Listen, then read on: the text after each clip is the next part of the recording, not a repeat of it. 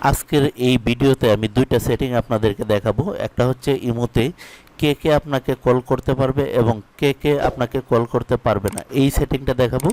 এছাড়াও আরেকটা সেটিং দেখাবো যে আপনার অজান্তে কেউ আপনার মোবাইল নাম্বার দিয়ে কেউ ইমো ব্যবহার করেছে কিনা সেটা আপনি দেখতে পারবেন, এবং এই ভিডিওতে এই বিষয়টাও আপনি জানতে পারবেন যে আপনার ইমো নাম্বারটি হ্যাক হয়েছে কিনা। কারণ আমরা সোশ্যাল মিডিয়াতে অনেক সময় দেখা যায় যে নাম্বারে ফেসবুক বিভিন্ন অ্যাকাউন্ট খুলে থাকি, সেখান থেকে আপনার নাম্বারটি নিয়ে ইমো অ্যাকাউন্ট খুলে রাখতে পারি, অথবা আপনার অজান্তে আপনার হাত থেকে মোবাইল ফোনটি নিয়েও কিন্তু ইমো অ্যাকাউন্টটি খুলে রাখতে পারবে। তাহলে চলুন শুরু করা যাক আজকের বিষয়।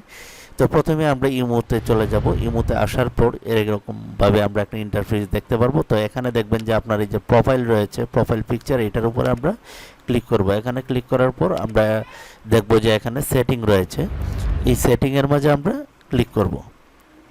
তো এই সেটিংয়ে ক্লিক করার পর এরকম আর একটা ইন্টারফেস চলে আসবে। তো আসার পর এখানে আমরা দেখতে পারবো যে এই যে প্রাইভেসি। তো ভিউয়ার্স, আপনারা দেখছেন পুতুল আলতাব ইউটিউব চ্যানেল, আর যারা ফেসবুকে দেখছেন পুতুল আলতাব ফেসবুক পেজটি লাইক দিন, ইউটিউব চ্যানেলটি সাবস্ক্রাইব করেন। আমি এ ধরনের আরও অনেক ধরনের ভিডিও আপনাদের সঙ্গে শেয়ার করে থাকি। তো আমরা এখানে দেখুন এই যে প্রাইভেসি রয়েছে, এই প্রাইভেসির মাঝে আমরা ক্লিক করব। এখানে ক্লিক করার পর আমরা একটু স্ক্রল করে যদি নিচ দিকে চলে আসি, এখানে দেখুন কল, এটার মাঝে আমরা ক্লিক করব। এখানে ক্লিক করার পর আমরা দেখুন এখানে আমি মাই কন্ট্যাক্ট সিলেক্ট করে রেখেছি, এই যে দেখুন।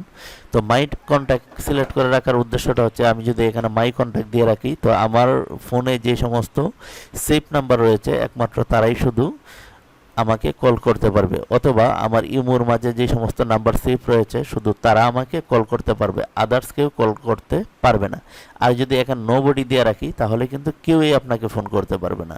অনেক সময় দেখা যায় যে ইমো অ্যাকাউন্ট খুলেছেন কিন্তু আপনাকে ইমোর মাধ্যমে কল করতে পারে না, কারণ আপনি এখানে এই যে নোবডি যদি সিলেক্ট থাকে তাহলে দেখবেন যে কেউ আপনাকে কল করলেও আপনার এখানে কল আসবে না।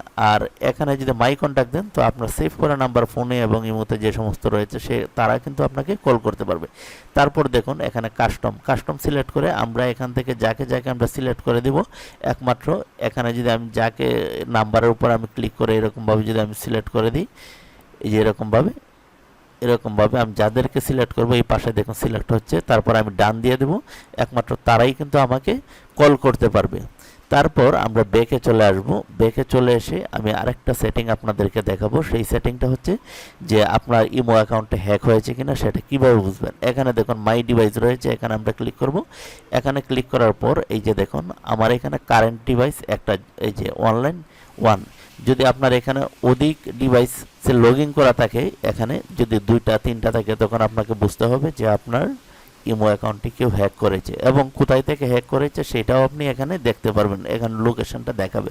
আমি যেহেতু বাংলাদেশ থেকে ইমো ব্যবহার করছি, এখানে দেখুন বাংলাদেশ দেখাচ্ছে। তো এই ছিল আজকের ভিডিও টিউটোরিয়াল। সকলে ভালো থাকুন, আল্লাহ হাফেজ।